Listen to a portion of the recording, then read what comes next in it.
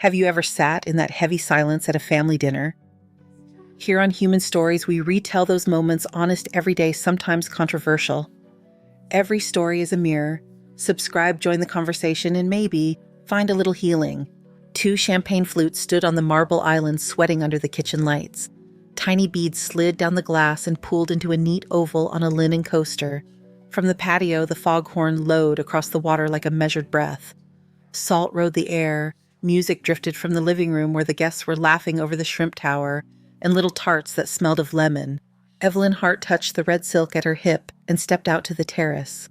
The ocean was a flat sheet of graphite. Far below, white shoulders of waves lifted and collapsed against the rock. She let the cold sting her lungs. Tonight was the first party she had thrown since the divorce papers were stamped. She had kept the house on the cliff and the paintings. He had kept the firm and his smile, a fair trade to anyone who did not know him. Back inside, the glass door whispered shut. The kitchen was briefly empty except for Amber Hale, who stood near the island with her back half turned. Amber was in pale satin hair, glossy and pinned. Her body hid her hands and the nearer flute. Evelyn stopped in the archway and watched. Amber glanced at the living room, at the patio, and down again. Something small pinched between finger and thumb. A drop fell. The champagne burped a soft fizz that died as fast as it came. Amber straightened, face open, that pleasant sweetness she wore for company. The sweetness was her gift. It tasted like spun sugar and left no weight. "There you are," she said. "Your drink." Evelyn walked in. The island smelled faintly of citrus from the twist someone had dropped in a martini. She set her clutch down and took the flute Amber offered. The glass was cool and damp. Amber turned toward the living room, lifting a hand to wave at Lena. In that small turn, a gap opened. The other flute sat on the coaster ring of moisture, dark against the linen. Evelyn set her drink down beside Amber's and switched them. A clean motion, no hesitation. A hostess shifting place settings, that was all. When Amber turned back, Evelyn's fingers were already curled around the identical stem. "Thank you," Evelyn said. "Perfect." Amber smiled and moved past her, a soft brush of perfume that had the thin candy note Evelyn had noticed since the wedding. People raised glasses. Noah, Evelyn's son, leaned in to ask whether the caterer could bring out more crab cakes. He had his father's jaw and his own kind eyes. A neighbor told a story about coyotes on the golf course. The room swelled and brightened. It always did when Evelyn chose to let it. Minutes passed. The foghorn sighed again. Lena came up with a plate of macarons the color of seashells. "Happy birthday, Trouble," she said. "You look like a good secret." "Red is a mood," Evelyn said, "and a decision." She did not drink. She let the flute sit against her palm and warm by a degree. Across from her, Amber's face went a shade paler. Her smile stayed pinned in place, then loosened and fell. She touched the back of a chair. Her eyelids fluttered as if something bright had flashed in the corner of the room, where there was nothing to flash. "Noah," she said. The word sounded thick, as if she had chewed it. Noah was already moving. He caught her elbow. Amber's knees gave. The flute hit the floor and shattered into a scatter of clear teeth. Her body arched, hands clawing at air, a sound. In her throat that was not a word. Conversations broke apart. Someone swore. Someone else fumbled with a phone. The smell in the room changed like coolant and sugar and metal gone hot. "Call it," Evelyn said, but the call was already made. She knelt, pressing a napkin uselessly against nothing. The marble kissed back the room in milky reflections. In the reflection, she was a woman in red calm, and next to her a younger woman moved in a violent stutter. The napkin bled champagne and saliva. Sirens rode a line up the hill. The paramedics came into light and glass. They saw what she had seen and did what they were trained to do. Questions came in tight, practical loops. What did she drink? Champagne. Anything else? Appetizers like everyone. Any allergies? None that I know. The taller medic leaned back and sniffed not at the person, but at the air at the island, at the thin, sugary tang that did not belong to cake. He looked at the other one. They lifted Amber onto the gurney. Noah climbed in without looking at anyone. He looked at his wife. The door shut with a hydraulic thump and took him away. Silence is never an empty room. It is a room where the sound has gone inside each person. Evelyn stood beside the puddle of broken glass and saw the neat ring of water print on the linen coaster. 2 ovals, one darker than the other, overlapped like a Venn diagram nobody wanted.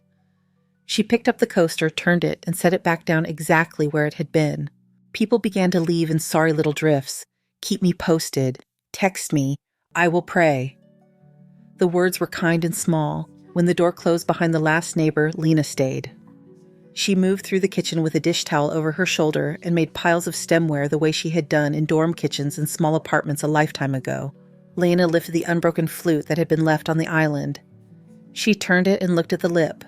The faintest halo of lipstick, not the red Evelyn wore, but a nude shade barely there. Lena's eyebrows made a quick question at Evelyn, then smoothed flat. She washed it without a word. They bagged the trash. They set a load of linen to soak. The sea kept breathing. The house smelled like bleach and flowers. Evelyn went to the sink and washed her hands. The water ran cold. She watched the rinse swirl champagne and skin into the drain. She did not tremble. She moved the way people move when they choose to move. She dried her hands and put the towel on the oven handle straight. The line mattered. Her phone buzzed. A number she knew. Noah. Doctors say she was poisoned, he wrote. They think ethylene glycol. The words had a taste. Sweet at first, then bitter. Evelyn leaned her hip to the counter and felt the stone through the silk. Her thumb hovered, then fell. Is she going to be okay, she wrote. They think so. She's awake now. She does not remember much from the party. Another message came on the same breath. Detective Aaron Pike wants to interview everyone tomorrow. I told him you will cooperate. Of course, she typed. Tell me where and when. She hit send and set the phone face down. The screen lit the marble from below like a small stage. On the screen, a new notification blinked and went out. Evelyn did not pick it up. In the living room, the flowers someone had sent from a famous shop in Monterey were opening their thick white throats. The bow on the card had slipped. The words on the card were handsome and empty. The music had shut itself off when someone's elbow found a button. Lena came to stand beside her. You need sleep, she said. I need to be accurate, Evelyn said. About what? Small things. Evelyn opened the freezer and bent close. The air smelled clean and cold. A blue jug of coolant sat on the garage shelf just outside the mudroom door.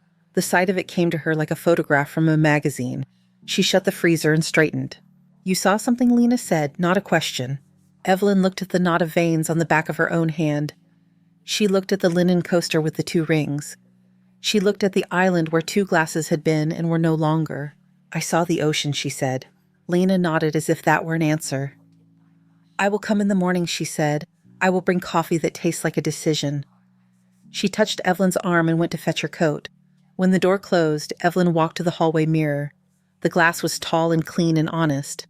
2 reflections braided together in the bevel when she stood half in the spill of the kitchen light and half in the darker hall. The woman on the left did not drink. The woman on the right did not blink. Her phone buzzed again. Noah, quick. Detective Pike scheduled you for 9 a.m. Mom, please tell him everything. Another string. Amber is resting. She keeps saying she is sorry for ruining your night. She says she cannot remember anything right before she felt sick. Evelyn lifted the phone and pressed her palm against the glass. The glass warmed. The house ticked as it cooled. Beyond the terrace, the foghorn sounded once, and then the ocean drew a long breath. She turned off the lights and went upstairs. Morning came clean and cold. Fog lay in bands across the cypress, and the glass of the terrace sweated the way the flutes had. Evelyn woke before the alarm and stood in her robe by the window, watching the gray lighten. The house held the hush that follows a storm without broken branches. She showered until the mirror fogged, then wiped a round window with her palm and looked at her face. Lena arrived with coffee that tasted like a choice. She set the cups on the island and pulled off her scarf. Her eyes did a quick sweep of the room the way people do when they want to check for ghosts without saying the word. You slept at all, she said. A little. Good enough to answer questions. The bell rang at 9. Detective Aaron Pike was younger than Evelyn expected, and older in the eyes. He wore a suit the color of wet sand and carried a small notebook and the weight of someone who has already heard every story and still asks for the next one. Mrs. Hart, he said, thank you for seeing me. He did not sit until she did. He thanked Lena for the coffee. He did not drink it. He looked at the light on the water and then back at Evelyn. First, I am glad your daughter-in-law is still with us, he said. The hospital toxicology points to ethylene glycol. It tastes sweet. People do not always taste it as dangerous. The room smelled sweet, Evelyn said. Not cake, something wrong. He nodded once. Can you walk me through the evening? What was served? Who poured what? Any odd behavior you noticed? Evelyn described the menu in simple grocery words. Shrimp, tarts, bites with crab, champagne already open in the ice bucket, the small bowl of lemon twist someone brought for martinis. the smell that did not belong to lemon. She listed guests. She did not add adjectives. When she reached the part where she stepped out to the terrace and came back to the kitchen, her sentences shortened until they were only verbs and the names of things. She did not say what she had seen. She did not lie. "Your son, Pike said. How would you describe his state during the party?" "Protective," she said. "Torn. He wants peace inside a room that will not give it." "And Mrs. Hale?" "Charming," Evelyn said. "Helpful with the bar. She likes to be useful." Pike wrote without looking down. Was there any possibility of cross-contamination? A dish with an ingredient that could be misread. A garnish that was not on the menu. A lemon twist in one martini that sat for a while near the champagne flutes, Evelyn said. No one drank it. The peel went to the trash. Pike reached for one of the clean flutes on the island and brought it to his nose. He did not sniff the glass itself. He sniffed the air above it, then turned toward the sink. He looked at the linen that Lena had already soaked and hung to dry. He studied the oval stain left by the coaster on the marble. "May I look at your trash?" he asked. Lena had double-bagged the kitchen bin and set it by the garage door. She opened it and Pike leaned in. He moved things without touching them. A twisted lemon peel, the foil from a champagne cork, tissue with a faint beige smudge that was not Evelyn's red. He straightened. "I would like to take the linens in the trash bag," he said. "Our lab will test for residues. I will also need to speak with everyone who was here and anyone who had access to the kitchen before the party." Evelyn folded her hands. "Yes." Pike paused. "I know this is personal and raw," he said. "There are cases where accidents happen. There are cases where someone uses a celebration to do harm. Memory does strange things under stress. If anything comes back to you later, call me directly." He slid a card across the island. His number was stamped deep. His eyes held on hers for a beat too long, not as a threat or a trick, but as an attempt to catch a flicker that might not show itself until later. Then he left with his careful bags and his careful shoes. The sound of his car on the gravel faded. The house breathed out. "What did you not say?" Lena asked. Evelyn looked at the half-dry linen and at the clean oval where the coaster had sat. She opened the mudroom door and stepped into the garage. The concrete was cool through her thin socks. The air held a faint sweet note that had no place in a room for rakes and paint cans. On the shelf by the old life jacket sat a blue jug with a white cap. Antifreeze. The plastic had a sticky ring where someone had set it down after a pour long ago or last week. Evelyn stood still and let the smell find her. It did like a simple song. She had owned cars and a house for years, and the jug did not surprise her. The sweet in the air did. She went back inside and washed her hands. Her phone buzzed on the marble. "Unknown number. We need to talk. Bluefinch Cafe at 2. Come alone." Evelyn looked at Lena. The text sat there and made its own sound. "You cannot go alone," Lena said. "It tells me to." "That is not a reason." "It is a way to see what happens when I do," Evelyn said. Lena stared at her and then nodded. "I will be nearby, not in the room." Bluefinch was all light and clean wood, and people who liked to be seen. The espresso machine hissed like a living thing. Evelyn arrived early and took a table with her back to the wall and her face to the door. A plate of biscotti sat on the bar like a still life. Someone split a lemon and the aroma cut through coffee and butter. At 2, a woman walked in with a messenger bag and eyes that took in the exits without moving her head. She wore a navy sweater and dark hair pulled back. She found the table as if she had always been walking to it. "Mrs. Hart," she said, "thank you. I am Nadia Reyes." They did not shake hands. They sat.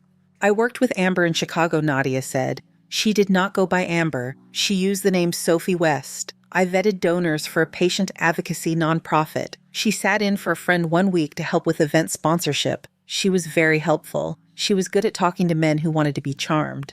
"How long ago?" Evelyn said. 3 years, Nadia said. She reached into her bag and pulled out a manila envelope that had done some travel. She set it on the table and slid it across without looking at it. "I kept records. That is my sin and my salvation." Inside were copies of police reports and news clippings, photos from charity pages. In one, the woman who would be Amber had brown hair and a dress the color of a bruise. A man in his 50s smiled in the way people smile when they think their life has opened. In another, a different man stood on a mountain road beside a German sedan. Later, the report said the car left the road. "I do not bring this to you because I like dramatics," Nadia said. "I bring it because the pattern kept knocking. 2 men dead in accidents, 1 gone entirely. All within a year of marrying a woman I had seen in a borrowed office with a borrowed name. You went to police, Evelyn said. I did, Nadia said. They listened. They said there was no proof the accidents were anything but what they were. They asked why I was so interested. They suggested I move on. A server set water glasses and stepped away. The lemon slice in Evelyn's glass bled a thin ribbon of oil. It smelled clean in a way that did not belong to last night. Why tell me now, Evelyn said. I saw the story, Nadia said. I saw the hospital quote about poisoning at a private home in Carmel. The name Hale. I have run names. People change them. They never change the way they watch a room. Nadia leaned closer. Her voice went lower without getting soft. Sophie did not act alone, she said. She had a partner, older, well-dressed, the kind of man who gets you through a door nobody opens for you. He vouched. He suggested couples for double dates where he could talk money while Sophie did the rest. He did not take center stage. He did not need to. Do you have a name? Evelyn said. Her mouth tasted like metal. Yes, Nadia said. Charles Hart. The coffee shop noise swelled and fell around them. Someone laughed. The espresso hissed again. The lemon in Evelyn's water turned in a slow arc. You are certain, Evelyn said. I am careful, Nadia said. I am not a detective. I am a person who saw the same faces in too many pictures. There is a fundraiser in Chicago where Charles is beside Sophie with his hand at her back. There is a donor dinner where he introduces her to a banker who later marries her and then leaves the road on a good day in the mountains. Charles runs money, does he not? People trust him. He says he knows everyone. He wants to make helpful connections. The way he smiles is the way a door smiles. Why would he do that to me? Evelyn said. The words felt private, and yet they were already in the room. I do not know the inside of your house, Nadia said. I know what greed looks like in a suit. When the divorce settlement lands in the right account and time passes, money wants to gather with money. A tragedy can move it along. Evelyn closed the envelope and set both hands on top of it. The paper was warm from the sun through the window. She thought of the neat signature on the divorce papers and the way the pen had not paused. She thought of the night he chose to take the yacht and the framed photographs and left the paintings because he had never looked at walls. Thank you, she said. I am not finished, Nadia said. I do not know who you trust. I do not know if Detective Pike is a person who will keep you safe. There are stories about officers who like favors. That might not be true here. I am asking you to be careful. I am careful, Evelyn said. Nadia stood. She left money for the coffee she had not touched. She looked like someone who carried the weight of what she knew in a way that made her still. Keep the papers, she said. Make copies. Give them to someone you choose. Try not to be alone with your enemy. When she was gone, Evelyn sat with the lemon water in the envelope and the bright bar of the window across the table. Her phone vibrated. Unknown number. Do not trust anyone. Even police have prices. The words crawled under the skin and made a small home. Her phone rang. The name on the screen was not unknown.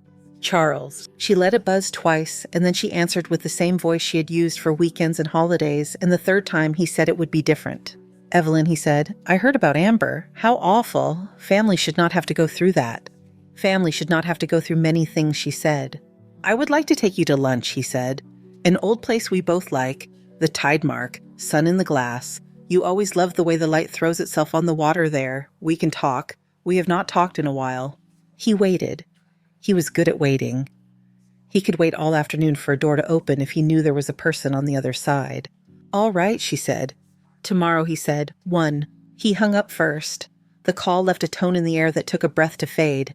At the bar, a bartender twisted a strip of lemon over a martini, and the oil leapt in tiny sparks. The sharp smell cut through the last of the morning's sweetness. Evelyn lifted the envelope and slid it into her bag. She finished the water. The glass clinked softly on the table, a clear note. Then she stood and walked into the bright. The lot above the cliff was almost empty by noon.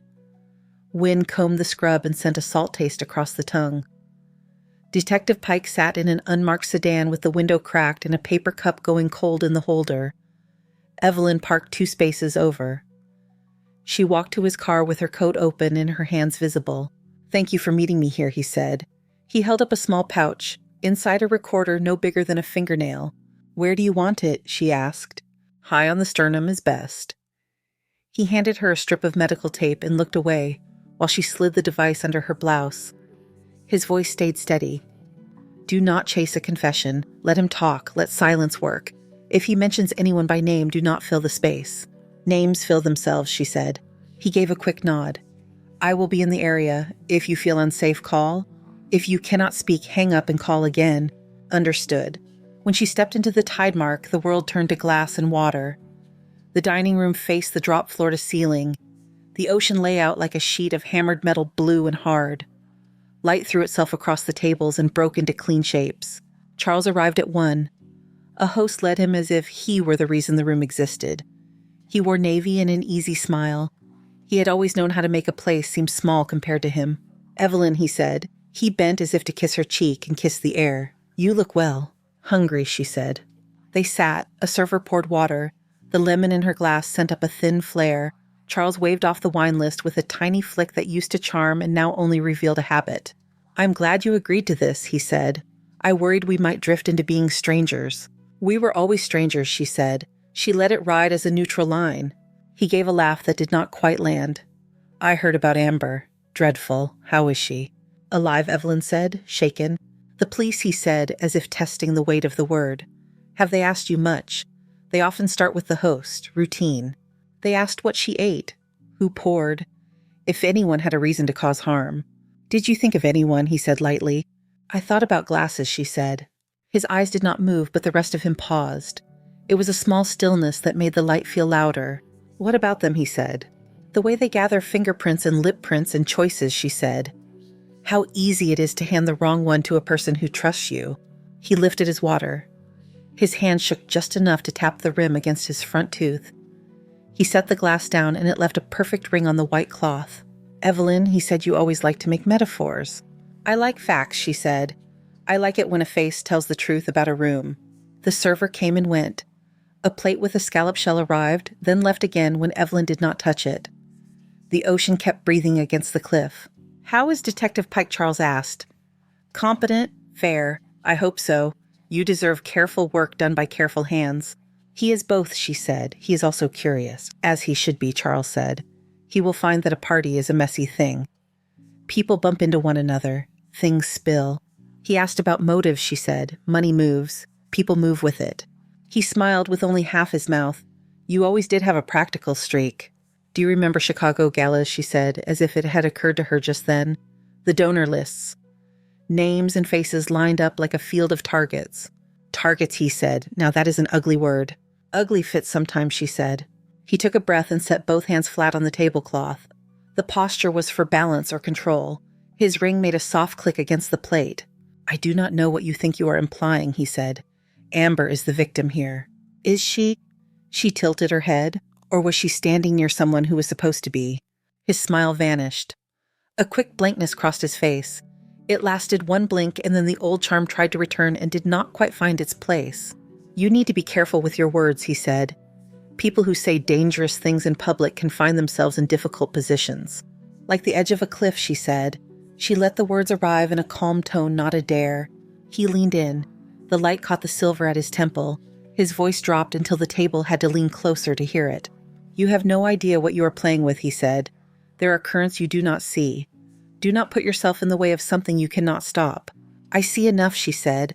I see a woman at my island with her body hiding her hands.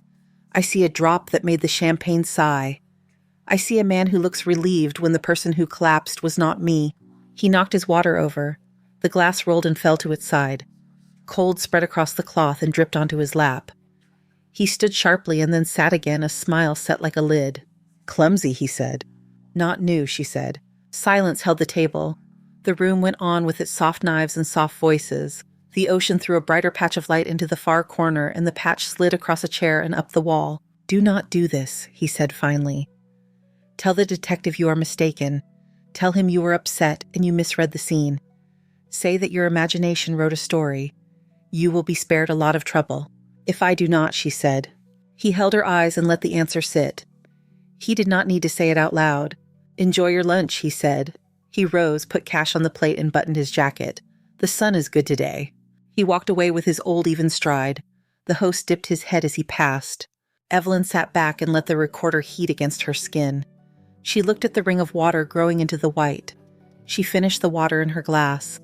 The lemon's clean note chased the cloying trace that had lived in her mouth since last night and pushed it back a step.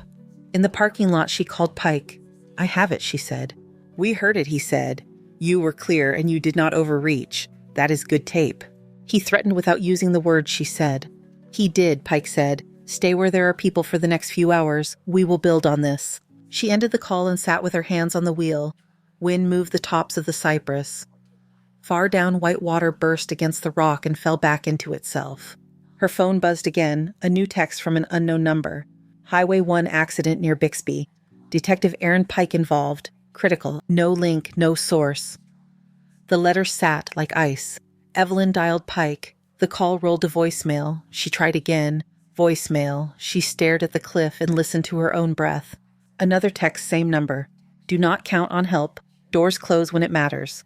Her thumb hovered over Lena's name, then over Noah's, then over the pale icon for 911 that her phone kept ready. She put the phone face down on the passenger seat and drove home along the bend where the guardrail carried the dents of other people's days gone wrong. The house was light and quiet. The flowers had opened further. She left the front door on the latch and walked to the hallway mirror. She angled it until she could see the sweep of the kitchen reflected in the bevel. She placed a small recorder into the ceramic sea urchin on the bookshelf beside the arch. She tested the memo app on her phone and put the volume down. The sounds of the house came back to her, refrigerator hum, the wash of a wave far off, her own shoes on the wood. In the kitchen, she slid the knives in the block and learned again where each weight sat in her hand. She set the largest near the back of the island. She wiped a spot on the marble and felt the smoothness under the cloth. She opened the mudroom and smelled the garage air. That thin, sweet returned. She looked at the blue jug and the white cap and the sticky ring. She shut the door. Her phone lit on the counter. Noah, Mom, Amber just got a call that upset her. She says we should come back now. We are on the road. Evelyn typed. Stay away. Go to Lena's. Wait for me to write again. His reply came fast. Too late. Already on Highway 1, 2 hours. The clock on the oven face clicked over. The light outside shifted from silver to a pale gold. A gull rode a loose line across the window and was gone. She locked the back doors and checked them a second time. She set her phone within reach on the island with the SOS ready. She put a glass of water within reach and left it untouched. She listened to the house and to the space under the house, where the ocean made its own sound in the rock. Headlights turned up the drive. The foghorn called once. The front latch ticked. Noah's key turned, the latch clicked, and the house took a breath. He came in first, scanning her face as if calm could be measured. Amber stepped behind him, pale under the soft makeup dress the color of cream. Her perfume touched the air with that thin candy note. Mom, Noah said. He hugged her with both arms hard for a second. How are you holding up? I am fine, Evelyn said. How is she? Grateful, Amber said. The voice was warm and careful. So sorry for last night. So embarrassed. Bodies fail us sometimes, Evelyn said. She kept her hands loose on the island palms down to the cool marble. The recorder and the ceramic urchin watched from the shelf. The bevel of the hallway mirror held a thin slice of kitchen, a second room inside the first. The detective asked more questions, Noah said. He will follow up. He seemed good. Amber's phone buzzed. She glanced down without moving her head. Whatever she saw drained the last color from her mouth. What is it? Noah said. Dizzy, Amber said, simple as a weather report. Water would help. I left a bottle in the car front seat. I got it, he said and turned. The door closed with a soft tap behind him. Amber's face lifted. The softness slipped. The eyes were a flat lake. She set her purse on the island and let it hang open. How much do you know? She said. Enough, Evelyn said. Chicago. New names. Old names. The man who opens doors. Amber's mouth moved without a smile. You are not stupid, she said. That was sloppy of me. She reached into the purse and brought up a vial the size of a thumb. Clear liquid licked the glass. She uncapped it and poured a corner onto a folded kitchen towel until the fabric shone. The smell that rose was sharp and clean at first, then wrong sweet like coolant after a long drive. One breath is plenty, she said. Stress, age, grief. Hearts stop. Everyone understands. Evelyn's hand slid along the counter to the knife block. Fingers found the largest knife by weight and notch. Amber stepped around the island towel held as if it were a small gift. Her tone was friendly again. Do not make a mess, Amber said. Close your eyes. Think of something nice. Evelyn waited until the towel was close enough to darken her vision. Then she pivoted on the planted foot and cut for the wrist. The blade met skin and slipped, then bit. Blood came bright. Amber hissed and dropped the towel. The wet fabric slapped the floor, a dark flower spreading. The vial rolled, bumped the baseboard, and rattled to stillness. "You bitch," Amber said. The voice lost its pretty shape. She grabbed her wrist and glared at the knife as if it had betrayed her personally. Evelyn kept the blade between them tip steady. Her breath was a clean line. She used her free hand to hook the towel with a spatula and slide it away. The sweet chemical smell lifted and sat under the rosemary from the window box, and then under everything. "Back away," Evelyn said. "Sit down." Amber did not move. She took one step closer and then stopped, eyes cutting to the mudroom door like a fox testing a fence. The mirror caught her tilt a second, amber at the edge of the frame, thin and true. Noah came back in with the bottle of water. He stopped. His mouth opened and closed. He saw the blood, the knife, the puddle, the glass vial near the baseboard. He smelled the wrong sweetness. "Amber," he said, "what is that?" "She attacked me," Amber said. The words were fast and high. "Your mother is not well. She went for me without warning. You know she has been through so much." Noah looked at Evelyn. He looked at the towel. The liquid on the tile had a shimmer that did not belong to seltzer or tea. "Amber," he said softly, "what is in the bottle?" Amber's eyes went glassy and then hard. The plea dropped out of her voice. "You were easy, Noah," she said. "You wanted someone to clap for your small heroics. It was almost sweet." Noah took half a step as if he had been pushed. He did not move again. His fingers still held the plastic of the water bottle until it crackled. Sirens rode a quick line through the air. Tires hissed on the driveway gravel. The front door swung on careful hinges and voices called in practiced tones. "FBI," a woman said. "Agent Maya Rios. Hands where we can see them." Amber froze with the calculation, visible jaws moving once as if chewing the options. Agents moved into the kitchen, not rushing, filling the space by simple presence. Agent Rios wore a jacket that did not try to flatter and a focus that did not break. "Ms. Hale," she said. "Set the purse on the counter. Step back. Keep your hands up. Do not touch that towel." Amber lifted her hands. Blood ran to her elbow and dripped dots on the tile. "Mrs. Hart," Rios said. "Knife on the island, please." Evelyn set it down. She stepped back with her palms open. Her chest rose and fell. The kitchen felt very clear. "Is Detective Pike alive?" Evelyn said. "He is," Rios said. "The accident alert was a trick. He is at the perimeter." Noah shut his eyes and opened them. He did not look at Amber. He stared at the towel as if the fabric held a story he could not read. Two agents moved to Amber and took her by the wrist gently and then firmly. They cuffed her with quick, efficient hands. An agent read the rights in a steady voice. Amber kept her head tilted a degree like a person listening for a faint rhythm only she could hear. Rios glanced to the shelf and saw the ceramic urchin with holes like a constellation. Her mouth twitched in something that was not a smile yet. She lifted it and turned it. The red light on the recorder blinked. She met Evelyn's eyes and nodded once. "We have been on this group a long time," Rios said. "We executed several warrants this morning. Mr. Hart is in custody." Amber laughed. It was not a nice sound. "Everyone loves a performance," she said. "You should sell tickets." "You will have a seat anyway," Rios said. A medic stepped in to bandage Amber's wrist. The towel on the floor glistened. An agent unscrewed the vial cap and sniffed very carefully above the rim without touching. He labeled it and bagged it. Another agent photographed the island, the mirror, the coaster's faint twin rings still ghosting in the marble from last night. The air smelled of citrus from a bottle of hand soap Lena had left by the sink, and under it the bittered sweetness that had brought them here. Noah found his voice. It sounded like someone else's, low and cracked. "Amber," he said. "Why?" She looked at him as if he had asked the wrong question on purpose. "You are forgettable," she said. "That is a kind of mercy." "Enough," Rios said. "You are under arrest, Ms. Hale, for attempted murder and related offenses." They led Amber toward the door. She did not fight. At the threshold, she turned her head and looked back at Evelyn. The eyes were empty of regret, and something in them shone like glass. "This house always smelled too clean," she said. "It makes a person want to spill something." The door closed on her. The sirens softened. The house let the quiet back in. Rios stayed a moment. She touched the card on the island with Pike's number stamped deep. She looked at Noah and at Evelyn and moved her voice down. "We will need statements," she said. "You will not be alone in the room." She left them with two agents in the foyer and the hum of the refrigerator. Noah stood where he was. Finally, he set the water bottle on the counter and opened his hands. His ring gleamed in the kitchen light.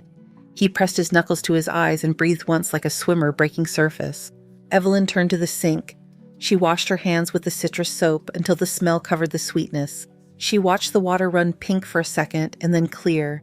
She dried with a towel and folded it over the oven handle, straight-lined, clean edge. The glass of the hallway mirror caught her and gave her back one version in light, one in shade. The ocean sounded deeper than the hour. The flowers in the living room had opened all the way. The courtroom smelled like varnish and paper. Air conditioning rattled in the vents and made the flag shiver at the edge of the judge's bench. Evelyn sat in the second row with Noah on her right and Lena on her left. Agent Maya Rios stood near the aisle with a folder against her ribs. The floor creaked when people shifted. A bailiff said, "All rise." That all Yisa. Amber came in wearing county beige. Her wrist was bandaged. Her hair was pulled back so tight it took the softness out of her face. She did not look left or right. She did not look at Noah. Charles followed with 2 deputies close by. He had no tie. His mouth was a straight line. To a stranger, they were only 2 more defendants in a room, where defendants had always come and gone. The judge read findings in a voice that did not reach for drama. The words stacked precise and heavy. Attempted murder, conspiracy, fraud, counts with numbers. Amber kept her head lifted as if that helped her hear the part of the air meant for her.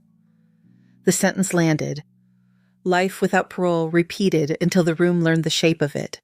She blinked once. No tears came. When it was Charles's turn, the room felt narrower. The judge spoke of a pattern and of men who put themselves between money and grief. Life in prison. Additional years that hung behind the word like stones in a net. Charles turned his head as if to check the clock, then looked into the gallery. He found Evelyn the way he always found the person he needed. She did not return the look.